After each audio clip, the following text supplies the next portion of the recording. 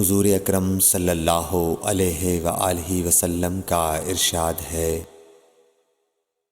تمام اعمال کا دار و مدار نیت پر ہے، اور ہر عمل کا نتیجہ ہر انسان کو اس کی نیت کے مطابق ہی ملے گا۔ پس جس کی ہجرت دولت دنیا حاصل کرنے کے لیے ہو یا کسی عورت سے شادی کی غرض سے ہو، پس اس کی ہجرت انہی چیزوں کے لیے ہوگی جن کے حاصل کرنے کی نیت سے اس نے ہجرت کی۔ صحیح بخاری حدیث نمبر 1۔ حضور اکرم صلی اللہ علیہ وآلہ وسلم نے فرمایا کہ وحی نازل ہوتے وقت کبھی مجھ کو گھنٹی کی سی آواز محسوس ہوتی ہے، اور وحی کی یہ کیفیت مجھ پر بہت شاق گزرتی ہے۔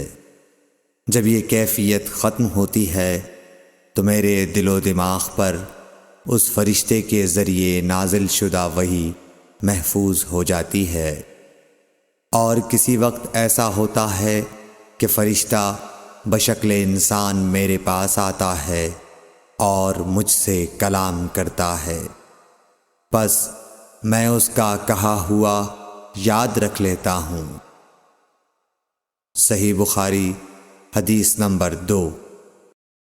حضرت صلی اللہ علیہ وآلہ وسلم پر وحی کا ابتدائی دور اچھے سچے پاکیزہ خوابوں سے شروع ہوا۔ آپ خواب میں جو کچھ دیکھتے وہ صبح کی روشنی کی طرح صحیح اور سچا ثابت ہوتا۔ پھر من جانب قدرت آپ تنہائی پسند ہو گئے، اور آپ نے غار حرا میں خلوت نشینی اختیار فرمائی، اور کئی دن اور رات وہاں مسلسل عبادت اور یاد الہی و ذکر میں مشغول رہنے لگے۔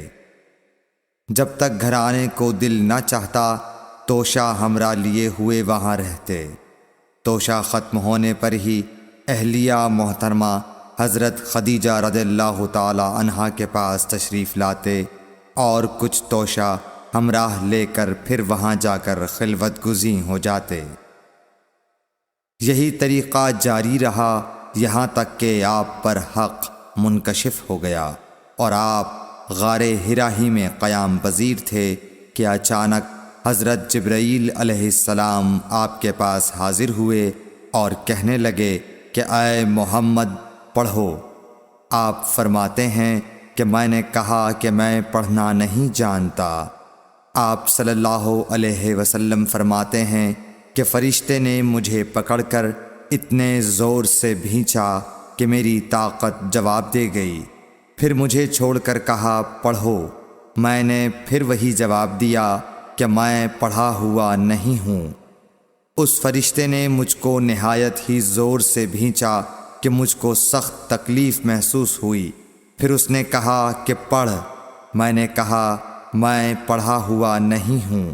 فرشتے نے تیسری بار مجھ کو پکڑا اور تیسری مرتبہ پھر مجھ کو بھینچا، پھر مجھے چھوڑ دیا اور کہنے لگا کہ پڑھو اپنے رب کے نام کی مدد سے جس نے پیدا کیا اور انسان کو خون کی پھٹکی سے بنایا۔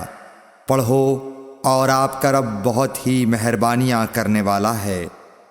پس یہی آیتیں آپ حضرت جبرائیل علیہ السلام سے سن کر اس حال میں غار حرا سے واپس ہوئے کہ آپ کا دل اس انوکھے واقعے سے کانپ رہا تھا۔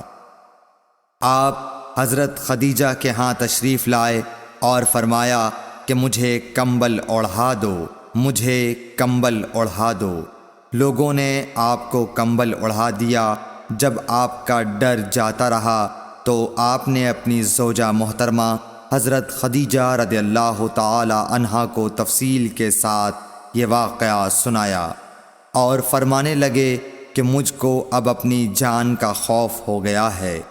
آپ کی اہلیہ محترمہ حضرت خدیجہ رضی اللہ تعالی عنہا نے آپ کی ڈھارس بندھائی اور کہا کہ آپ کا خیال صحیح نہیں ہے۔ اللہ کی قسم آپ کو اللہ کبھی رسوا نہیں کرے گا۔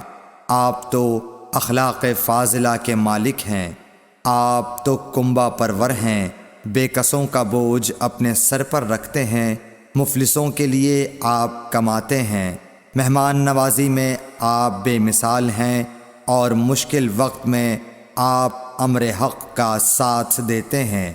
ایسے اوصاف حسنہ والا انسان یوں بے وقت ذلت و خواری کی موت نہیں پا سکتا۔ پھر مزید تسلی کے لیے حضرت خدیجہ رضی اللہ تعالی عنہا آپ کو ورقہ بن نوفل کے پاس لے گئیں، جو ان کے چچا زاد بھائی تھے اور زمانہ جاہلیت میں نصرانی مذہب اختیار کر چکے تھے اور عبرانی زبان کے کاتب تھے۔ چنانچہ انجیل کو بھی حسب منشائے خداوندی عبرانی زبان میں لکھا کرتے تھے۔ انجیل سریانی زبان میں نازل ہوئی تھی، پھر اس کا ترجمہ عبرانی زبان میں ہوا۔ ورقہ اسی کو لکھتے تھے۔ وہ بہت بوڑھے ہو گئے تھے، یہاں تک کہ ان کی بینائی بھی رخصت ہو چکی تھی۔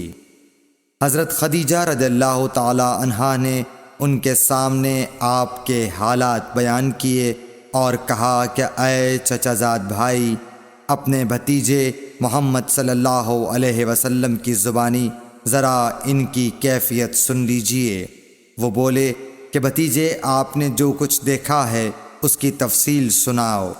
چنانچہ آپ صلی اللہ علیہ وآلہ وسلم نے از اول تا آخر پورا واقعہ سنایا، جسے سن کر ورقہ بے اختیار ہو کر بول اٹھے کہ یہ تو وہی ناموس معزز رازدان فرشتہ ہے جسے اللہ نے حضرت موسیٰ علیہ السلام پر وحی دے کر بھیجا تھا۔ کاش میں آپ کے اس عہد نبوت کے شروع ہونے پر جواں عمر ہوتا، کاش میں اس وقت تک زندہ رہتا جب کہ آپ کی قوم آپ کو اس شہر سے نکال دے گی۔ رسول کریم صلی اللہ علیہ وآلہ وسلم نے یہ سن کر تعجب سے پوچھا کہ کیا وہ لوگ مجھ کو نکال دیں گے، حالانکہ میں تو ان میں صادق و امین و مقبول ہوں۔ ورقہ بولا، ہاں یہ سب کچھ سچ ہے، مگر جو شخص بھی آپ کی طرح امر حق لے کر آیا لوگ اس کے دشمن ہی ہو گئے ہیں۔ اگر مجھے آپ کی نبوت کا وہ زمانہ مل جائے تو میں آپ کی پوری مدد کروں گا، مگر ورقہ کچھ دنوں کے بعد انتقال کر گئے۔ پھر کچھ عرصے تک وحی کی آمد موقوف رہی۔ صحیح بخاری حدیث نمبر 3۔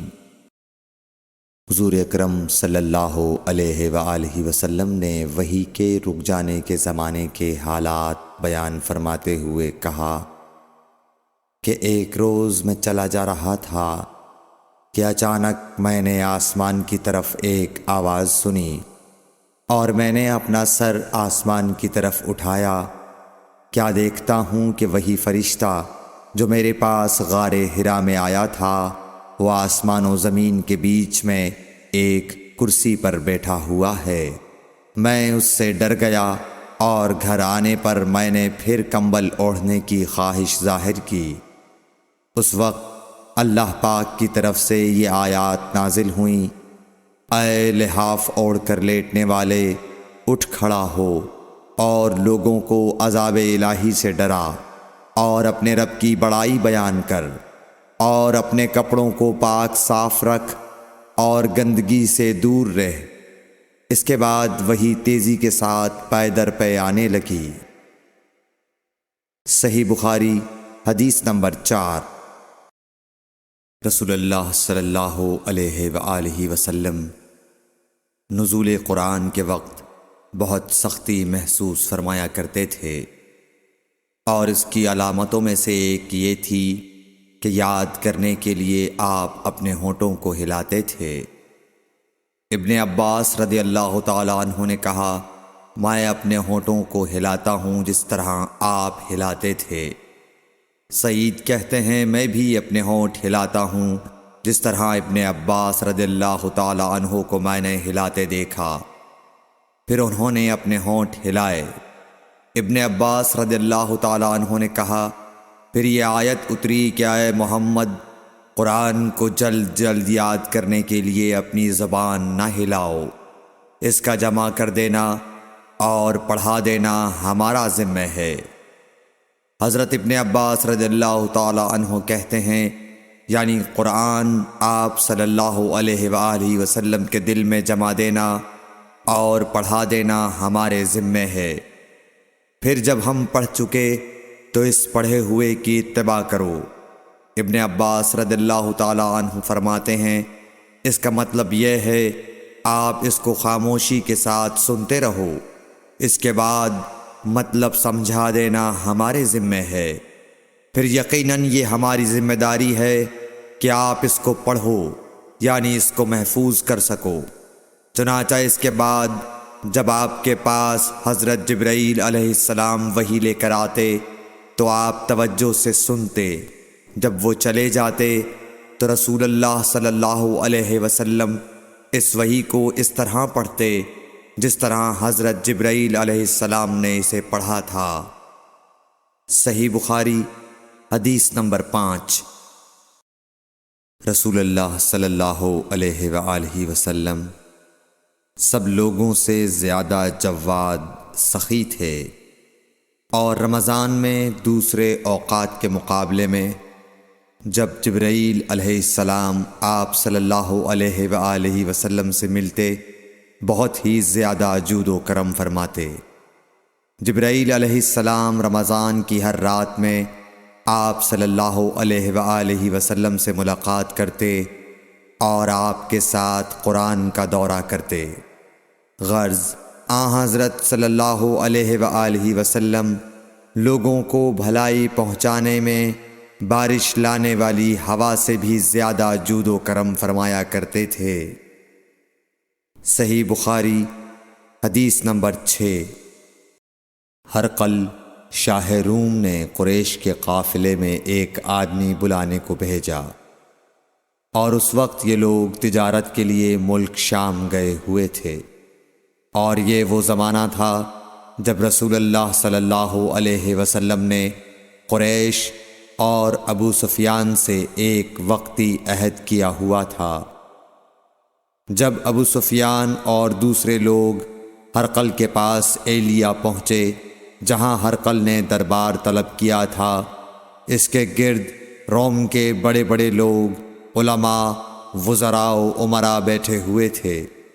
ہرقل نے ان کو اور اپنے ترجمان کو بلوایا، پھر ان سے پوچھا کہ تم میں سے کون شخص مدعی رسالت کا زیادہ قریبی عزیز ہے؟ ابو سفیان کہتے ہیں کہ میں بول اٹھا کہ میں اس کا سب سے زیادہ قریبی رشتہ دار ہوں۔ یہ سن کر ہرقل نے حکم دیا کہ اس ابو سفیان کو میرے قریب لا کر بٹھاؤ اور اس کے ساتھیوں کو اس کی پیٹھ کے پیچھے بٹھا دو۔ پھر اپنے ترجمان سے کہا کہ ان لوگوں سے کہہ دو کہ میں ابو سفیان سے اس شخص یعنی محمد صلی اللہ علیہ وسلم کے حالات پوچھتا ہوں، اگر یہ مجھ سے کسی بات میں جھوٹ بول دے تو تم اس کا جھوٹ ظاہر کر دینا۔ ابو سفیان کا قول ہے کہ خدا کی قسم اگر مجھے یہ غیرت نہ آتی کہ یہ لوگ مجھ کو جھٹلائیں گے تو میں آپ صلی اللہ علیہ وسلم کی نسبت ضرور غلط گوئی سے کام لیتا۔ خیر، پہلی بات جو ہرقل نے مجھ سے پوچھی وہ یہ کہ اس شخص کا خاندان تم لوگوں میں کیسا ہے؟ میں نے کہا وہ تو بڑے اونچے عالی نسب والے ہیں۔ کہنے لگا اس سے پہلے بھی کسی نے تم لوگوں میں ایسی بات کہی تھی؟ میں نے کہا نہیں۔ کہنے لگا اچھا اس کے بڑوں میں کوئی بادشاہ ہوا ہے؟ میں نے کہا نہیں۔ پھر اس نے کہا بڑے لوگوں نے اس کی پیروی اختیار کی ہے یا کمزوروں نے؟ میں نے کہا نہیں، کمزوروں نے۔ پھر کہنے لگا اس کے تابعدار روز بڑھتے جاتے ہیں یا کوئی ساتھی پھر بھی جاتا ہے؟ میں نے کہا نہیں۔ کہنے لگا کیا اپنے اس دعوی نبوت سے پہلے کبھی کسی بھی موقع پر اس نے جھوٹ بولا ہے؟ میں نے کہا نہیں، اور اب ہماری اس سے صلح کی ایک مقررہ مدت ٹھہری ہوئی ہے، معلوم نہیں وہ اس میں کیا کرنے والا ہے۔ ابو سفیان کہتے ہیں میں اس بات کے سوا اور کوئی جھوٹ اس گفتگو میں شامل نہ کر سکا۔ ہرقل نے کہا کیا تمہاری اس سے کبھی لڑائی بھی ہوئی ہے؟ ہم نے کہا کہ ہاں۔ بولا پھر تمہاری اور اس کی جنگ کا کیا حال ہوتا ہے؟ میں نے کہا لڑائی ڈول کی طرح ہے، کبھی وہ ہم سے میدان جنگ جیت لیتے ہیں اور کبھی ہم ان سے جیت لیتے ہیں۔ ہرقل نے پوچھا وہ تمہیں کس بات کا حکم دیتا ہے؟ میں نے کہا وہ کہتا ہے کہ صرف ایک اللہ ہی کی عبادت کرو، اس کا کسی کو شریک نہ بناؤ، اور اپنے باپ دادا کی شرک کی باتیں چھوڑ دو، اور ہمیں نماز پڑھنے، سچ بولنے، پرہیزگاری اور صلہ رحمی کا حکم دیتا ہے۔ یہ سب سن کر پھر ہرقل نے اپنے ترجمان سے کہا کہ ابو سفیان سے کہہ دے کہ میں نے تم سے اس کا نسب پوچھا تو تم نے کہا کہ وہ ہم سے عالی نسب ہے، اور پیغمبر اپنی قوم میں عالی نسب ہی بھیجے جایا کرتے ہیں۔ میں نے تم سے پوچھا کہ دعویٰ نبوت کی یہ بات تمہارے اندر اس سے پہلے کسی اور نے بھی کہی تھی؟ تو تم نے جواب دیا کہ نہیں۔ تب میں نے اپنے دل میں کہا کہ اگر یہ بات اس سے پہلے کسی اور نے کہی ہوتی تو میں سمجھتا کہ اس شخص نے بھی اسی بات کی تقلید کی ہے جو پہلے کہی جا چکی ہے۔ میں نے تم سے پوچھا کہ اس کے بڑوں میں کوئی بادشاہ بھی گزرا ہے تو تم نے کہا کہ نہیں۔ تو میں نے دل میں کہا کہ ان کے بزرگوں میں سے کوئی بادشاہ ہوا ہوگا تو کہہ دوں گا کہ وہ شخص اس بہانے اپنے آباء و اجداد کی بادشاہت اور ان کا ملک دوبارہ حاصل کرنا چاہتا ہے۔ اور میں نے تم سے پوچھا کہ اس بات کے کہنے یعنی پیغمبری کا دعویٰ کرنے سے پہلے تم نے کبھی اس کو دروغ گوئی کا الزام لگایا ہے؟ تم نے کہا کہ نہیں۔ تو میں نے سمجھ لیا کہ جو شخص آدمیوں کے ساتھ دروغ گوئی سے بچے وہ اللہ کے بارے میں کیسے جھوٹی بات کہہ سکتا ہے۔ اور میں نے تم سے پوچھا کہ بڑے لوگ اس کے پیرو ہوتے ہیں یا کمزور آدمی؟ تم نے کہا کمزوروں نے اس کی اتباع کی ہے۔ تو دراصل یہی لوگ پیغمبروں کے متبعین ہوتے ہیں۔ اور میں نے تم سے پوچھا کہ اس کے ساتھی بڑھ رہے ہیں یا کم ہو رہے ہیں؟ تم نے کہا کہ وہ بڑھ رہے ہیں، اور ایمان کی کیفیت یہی ہوتی ہے حتیٰ کہ وہ کامل ہو جاتا ہے۔ اور میں نے تم سے پوچھا کہ آیا کوئی شخص اس کے دین سے ناخوش ہو کر مرتد بھی ہو جاتا ہے؟ تم نے کہا نہیں۔ تو ایمان کی خاصیت بھی یہی ہے، جن کے دلوں میں اس کی مسرت رچ بس جائے وہ اس سے لوٹا نہیں کرتے۔ اور میں نے تم سے پوچھا کہ آیا وہ کبھی عہد شکنی کرتے ہیں؟ تم نے کہا نہیں۔ پیغمبروں کا یہی حال ہوتا ہے، وہ عہد کی خلاف ورزی نہیں کرتے۔ اور میں نے تم سے کہا کہ وہ تم سے کس چیز کے لیے کہتے ہیں؟ تم نے کہا کہ وہ ہمیں حکم دیتے ہیں کہ اللہ کی عبادت کرو، اس کے ساتھ کسی کو شریک نہ ٹھہراؤ، اور تمہیں بتوں کی پرستش سے روکتے ہیں، سچ بولنے اور پرہیزگاری کا حکم دیتے ہیں۔ لہٰذا اگر یہ باتیں جو تم کہہ رہے ہو سچ ہیں تو ان قریب وہ اس جگہ کا مالک ہو جائے گا کہ جہاں میرے یہ دونوں پاؤں ہیں۔ مجھے معلوم تھا کہ وہ پیغمبر آنے والا ہے، مگر مجھے یہ معلوم نہیں تھا کہ وہ تمہارے اندر ہوگا۔ اگر میں جانتا کہ اس تک پہنچ سکوں گا تو اس سے ملنے کے لیے ہر تکلیف گوارا کرتا۔ اگر میں اس کے پاس ہوتا تو اس کے پاؤں دھوتا۔ ہرقل نے رسول اللہ صلی اللہ علیہ وسلم کا وہ خط منگایا جو آپ نے وحیہ کلبی رضی اللہ تعالیٰ عنہ کے ذریعے حاکم بصرہ کے پاس بھیجا تھا، اور اس نے وہ ہرقل کے پاس بھیج دیا تھا۔ پھر اس کو پڑھا تو اس میں لکھا تھا، اللہ کے نام کے ساتھ جو نہایت مہربان اور رحم والا ہے۔ اللہ کے بندے اور اس کے پیغمبر محمد صلی اللہ علیہ وسلم کی طرف سے یہ خط ہے شاہ روم کے لیے۔ اس شخص پر سلام ہو جو ہدایت کی پیروی کرے۔ اس کے بعد میں آپ کے سامنے دعوت اسلام پیش کرتا ہوں۔ اگر آپ اسلام لے آئیں گے تو دین و دنیا میں سلامتی نصیب ہوگی، اللہ آپ کو دوہرا ثواب دے گا، اور اگر آپ میری دعوت سے روگردانی کریں گے تو آپ کی رعایا کا گناہ بھی آپ ہی پر ہوگا۔ اور اے اہل کتاب، ایک ایسی بات پر آ جاؤ جو ہمارے اور تمہارے درمیان یکساں ہے، وہ یہ کہ ہم اللہ کے سوا کسی کی عبادت نہ کریں اور کسی کو اس کا شریک نہ ٹھہرائیں، اور نہ ہم میں سے کوئی کسی کو خدا کے سوا اپنا رب بنائے۔ پھر اگر وہ اہل کتاب اس کتاب سے منہ پھیر لیں تو مسلمانوں تم ان سے کہہ دو کہ تم مانو یا نہ مانو، ہم ایک خدا کے اطاعت گزار ہیں۔ ابو سفیان کہتے ہیں جب ہرقل نے جو کچھ کہنا تھا کہہ دیا اور خط پڑھ کر فارغ ہوا تو اس کے ارد گرد بہت شور و غوغا ہوا، بہت سی آوازیں اٹھیں اور ہمیں باہر نکال دیا گیا۔ تب میں نے اپنے ساتھیوں سے کہا کہ ابو کبشہ کے بیٹے حضرت صلی اللہ علیہ وسلم کا معاملہ تو بہت بڑھ گیا، دیکھو تو اس سے بنی اصفر روم کا بادشاہ بھی ڈرتا ہے۔ مجھے اس وقت سے اس بات کا یقین ہو گیا کہ حضور صلی اللہ علیہ وسلم ان قریب غالب ہو کر رہیں گے، حتیٰ کہ اللہ نے مجھے مسلمان کر دیا۔ راوی کا بیان ہے کہ ابن ناطور ایلیا کا حاکم ہرقل کا مصاحب اور شام کے نصارہ کا لاٹ پادری بیان کرتا تھا کہ ہرقل جب ایلیا آیا ایک دن صبح کو پریشان اٹھا تو اس کے درباریوں نے دریافت کیا کہ آج ہم آپ کی حالت بدلی ہوئی پاتے ہیں، کیا وجہ ہے؟ ابن ناطور کا بیان ہے کہ ہرقل نجومی تھا، علم نجوم میں وہ پوری مہارت رکھتا تھا۔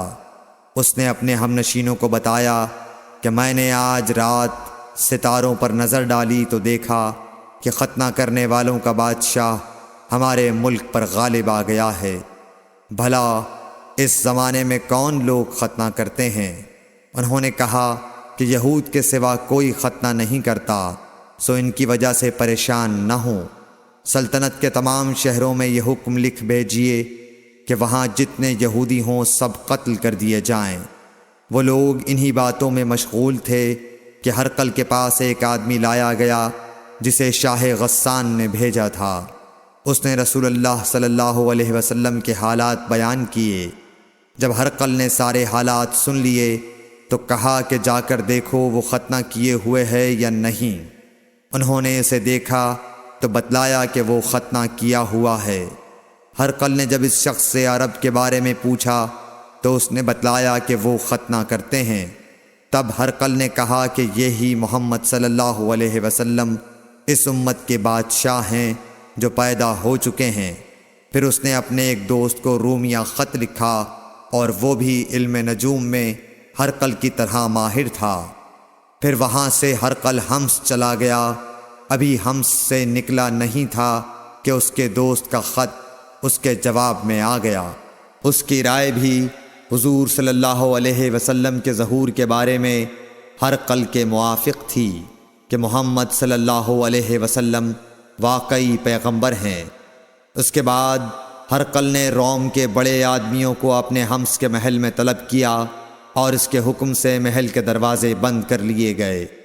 پھر وہ اپنے خاص محل سے باہر آیا اور کہا، اے روم والو، کیا ہدایت اور کامیابی میں کچھ حصہ تمہارے لیے بھی ہے؟ اگر تم اپنی سلطنت کی بقا چاہتے ہو تو پھر اس نبی صلی اللہ علیہ وسلم کی بیعت کر لو اور مسلمان ہو جاؤ۔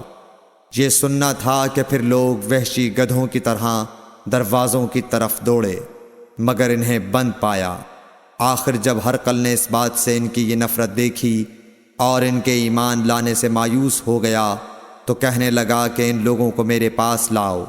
جب وہ دوبارہ آئے تو اس نے کہا، میں نے جو بات کہی تھی اس سے تمہاری دینی پختگی کی آزمائش مقصود تھی، سو وہ میں نے دیکھ لی۔ تب یہ بات سن کر وہ سب کے سب اس کے سامنے سجدے میں گر پڑے اور اس سے خوش ہو گئے۔ بالآخر ہرقل کی آخری حالت یہی رہی۔ صحیح بخاری حدیث نمبر 7۔